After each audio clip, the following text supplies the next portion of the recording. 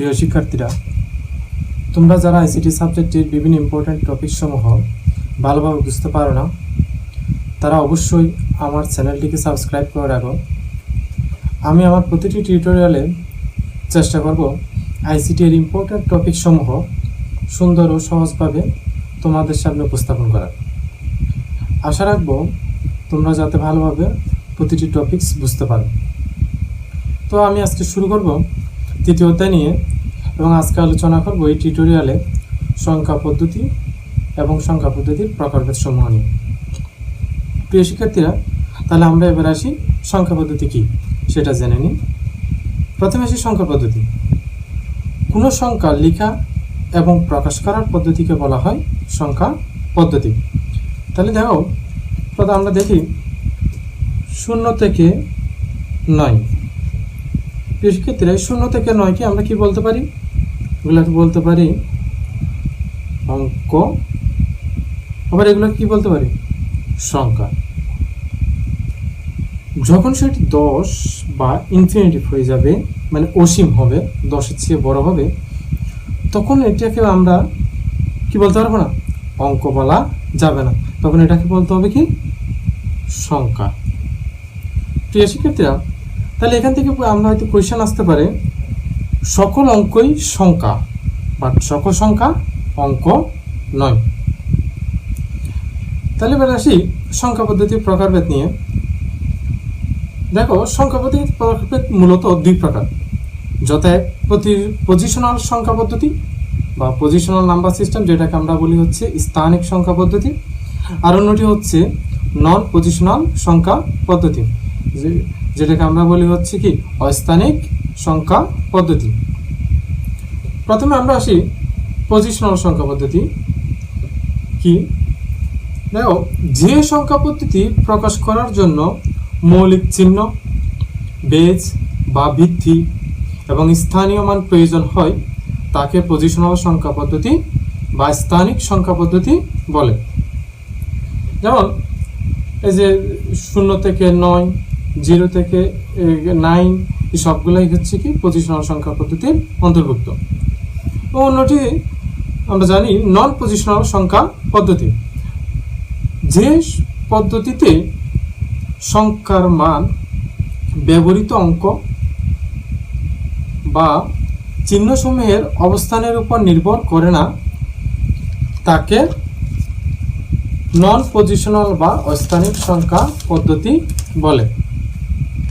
তাহলে দেখো, নন পজিশনাল বা স্থানিক সংখ্যা পদ্ধতি কি। প্রিয় শিক্ষার্থীরা, আমরা যখন ছোটবেলায় 1, 2 বা 1, 2 শিখতাম, তখন আমরা দেখতাম কি আমাদের বইয়ের পাশে 1 এর পাশে হয়তো একটা গাছ দেওয়া থাকতো, 2 এর পাশে হয়তো 2টা গাছ দেওয়া থাকতো, 3 এর পাশে হয়তো 3টা গাছ দেওয়া থাকতো। তার মানে হচ্ছে এই গাছ বা ফুল এগুলো হচ্ছে কোনো সংখ্যা প্রকাশ করে না, ওগুলি হচ্ছে আমাদের অস্থানিক বা নন পজিশনাল সংখ্যা পদ্ধতি। অথবা আমরা বলতে পারি, যেমন এই যে আমরা 5কে প্রকাশ করতে পারি কি দ্বারা, এই যে ভি এটা দ্বারা, এবং 4কে এটা দ্বারা প্রকাশ করি। দ্যাট মিনস এগুলো হচ্ছে কোনো স্থানীয় মান নয়। তার মানে হচ্ছে আমরা সহজভাবে বলতে পারি, যে সংখ্যা পদ্ধতিতে স্থানীয় মান ব্যবহৃত হয় সেটাকে আমরা বলতে পারি পজিশনাল সংখ্যা পদ্ধতি, আর যে সংখ্যা পদ্ধতি স্থানীয় মান ব্যবহৃত হয় না সেটাকে বলা হচ্ছে কি নন পজিশনাল সংখ্যা পদ্ধতি। তাহলে এবার দেখো, পজিশনাল সংখ্যা পদ্ধতি প্রকারভেদ। পজিশনাল সংখ্যা পদ্ধতি মূলত 4 প্রকার। কি কি? প্রথমে আসি হচ্ছে বাইনারি সংখ্যা পদ্ধতি, এরপর আসি হচ্ছে অক্টাল সংখ্যা পদ্ধতি, এবং আসি দশমিক বা ডেসিমেল সংখ্যা পদ্ধতি, এবং হচ্ছে হেক্সাডেসিমেল সংখ্যা পদ্ধতি। প্রথমে আসি বাইনারি সংখ্যা পদ্ধতি কাকে বলে। তাহলে আমরা বলতে পারি, যে সংখ্যা পদ্ধতির বেস বা ভিত্তি 2, তাকে বাইনারি সংখ্যা পদ্ধতি বলে। আমরা যারা সায়েন্সে আছি তারা হয়তো বুঝতে পারবো, বাই বা ডাইকে আমরা বলি হচ্ছে 2। তাহলে যে সংখ্যা পদ্ধতির বেস বা ভিত্তি হচ্ছে 2, তাকে কি বলো, বাইনারি সংখ্যা পদ্ধতি বলবো। এরপর আসি অক্টাল সংখ্যা পদ্ধতি। তার মানে আমরা মনে রাখবো অক্টালটা সংক্ষেপে 8, মানে যে সংখ্যা পদ্ধতির বেস বা ভিত্তি 8, তাকে অক্টাল সংখ্যা পদ্ধতি বলে। দশমিক, এটা আমরা মনে রাখবো হচ্ছে 10 দ্বারা। দ্যাট মিনস হচ্ছে যে সংখ্যা পদ্ধতির বেস বা ভিত্তি 10, তাকে বলা হয় দশমিক সংখ্যা পদ্ধতি। এরপর আসি হেক্সাডেসিমাল সংখ্যা পদ্ধতি কাকে বলে। শিক্ষার্থীরা, আমাদের কেমিস্ট্রি ভাষায় হেক্সা শব্দের অর্থ হচ্ছে কি 6, আর এখানে ডেসিমাল মানে হচ্ছে কত 10, তার মানে হচ্ছে 6 আর 10 কত হয় 16। তাহলে যে সংখ্যা পদ্ধতির বেস বা ভিত্তি হচ্ছে কত 16, তাকে বলা হচ্ছে কি হেক্সাডেসিমাল সংখ্যা পদ্ধতি। তাহলে এবার আমরা আসি বাইনারি সংখ্যা পদ্ধতির বেস হচ্ছে দুইটা, সেই বেসসমূহ কি কি দেখি।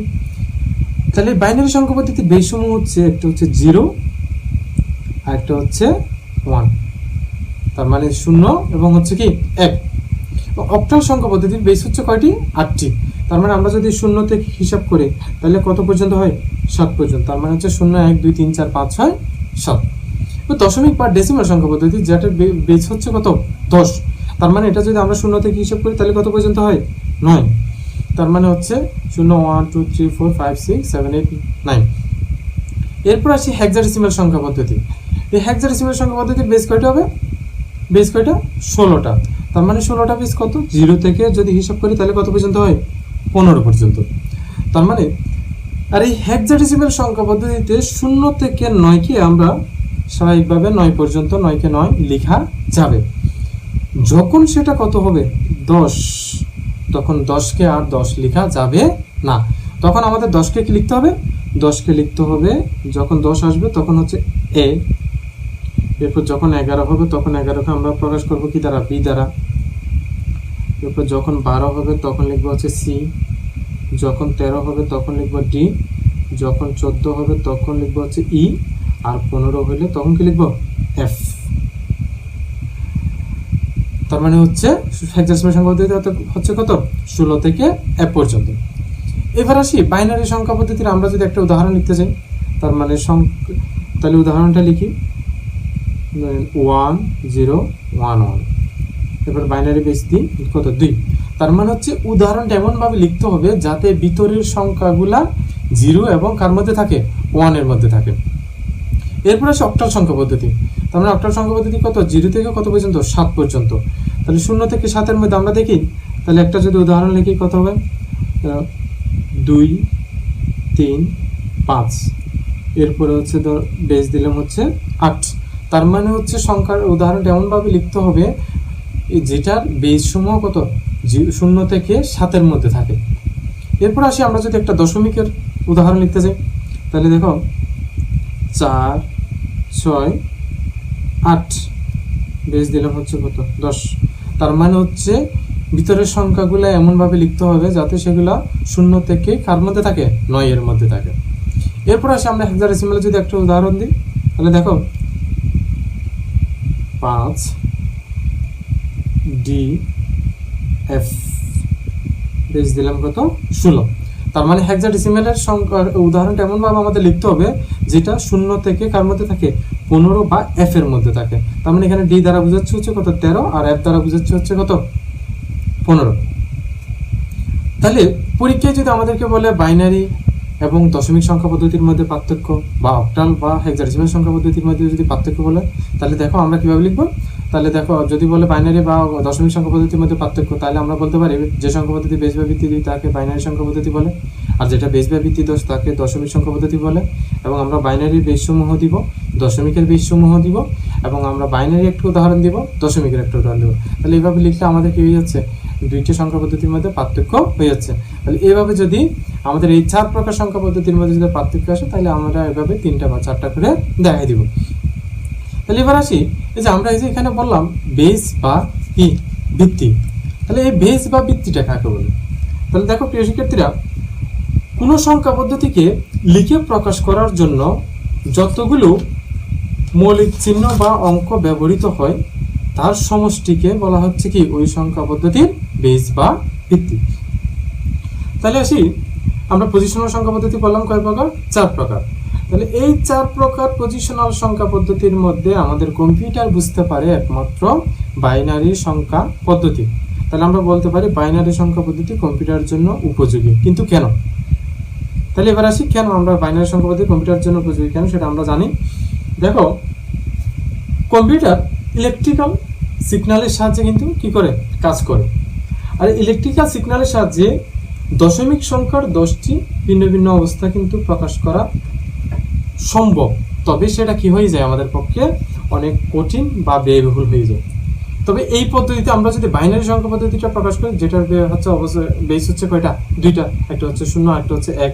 তার মানে এটা আমরা খুব সহজে ইলেকট্রিক্যাল সিগন্যালের সাহায্যে কি করতে পারি, কম্পিউটারে প্রকাশ করতে পারি। তাহলে কিরকম দেখো, আমরা যদি দেখি একটা বৈদ্যুতিক সুইচের ক্ষেত্রে অন অথবা অফ, বা আমরা কম্পিউটারে কোনো একটা যদি কোয়েশ্চেন দিই যেটার আনসার আমরা কম্পিউটারে হয়তো দিতে পারি হচ্ছে কি ট্রু অথবা ফলস, রাইট অথবা রং, অথবা এই যে ইলেকট্রনিক সিগন্যালে উপস্থিত বা অনুপস্থিত, বা যেটাকে আমরা বলি কি অ্যাবসেন্ট বা প্রেজেন্ট। তার মানে হচ্ছে বাইনারি সংখ্যা পদ্ধতি বেশ হচ্ছে কত, একটা হচ্ছে 0 আর একটা হচ্ছে 1, 0 এবং 1। তাহলে এই 0 দ্বারা আমরা প্রকাশ করতে পারি হচ্ছে কি যে অফ অথবা নো অথবা রং অথবা ফলস অথবা অ্যাবসেন্ট, অথবা আমরা বলতে পারি এই যে বৈদ্যুতিক অবস্থার মধ্যে ক্লকওয়াইজ অর অ্যান্টি ক্লকওয়াইজ। যেটাকে অ্যান্টি ক্লকওয়াইজটাকে বলবো হচ্ছে কি প্রকাশ করবো আমরা কি দ্বারা প্রকাশ করতে পারি, 0 দ্বারা, আর হচ্ছে ক্লকওয়াইজটাকে আমরা প্রকাশ করতে পারি হচ্ছে 1 দ্বারা। তার মানে হচ্ছে 1 এর ক্ষেত্রে হতে পারে সেটা হচ্ছে কি অন, ইয়েস, রাইট বা ট্রু বা প্রেজেন্ট। তার মানে হচ্ছে এই বাইনারি সংখ্যা পদ্ধতির এই বেশসমূহ মানে হচ্ছে 0 এবং 1 দ্বারা হচ্ছে আমরা কম্পিউটারে এই ভিন্ন ভিন্ন অবস্থাটুকু কি করতে পারি, প্রকাশ করতে পারি। তাহলে খুব সহজে এই অবস্থার মাধ্যমে যে কম্পিউটারের সিগন্যালগুলো বোঝা যায়, এজন্যই হচ্ছে বাইনারি সংখ্যা পদ্ধতি কম্পিউটারের জন্য উপযোগী।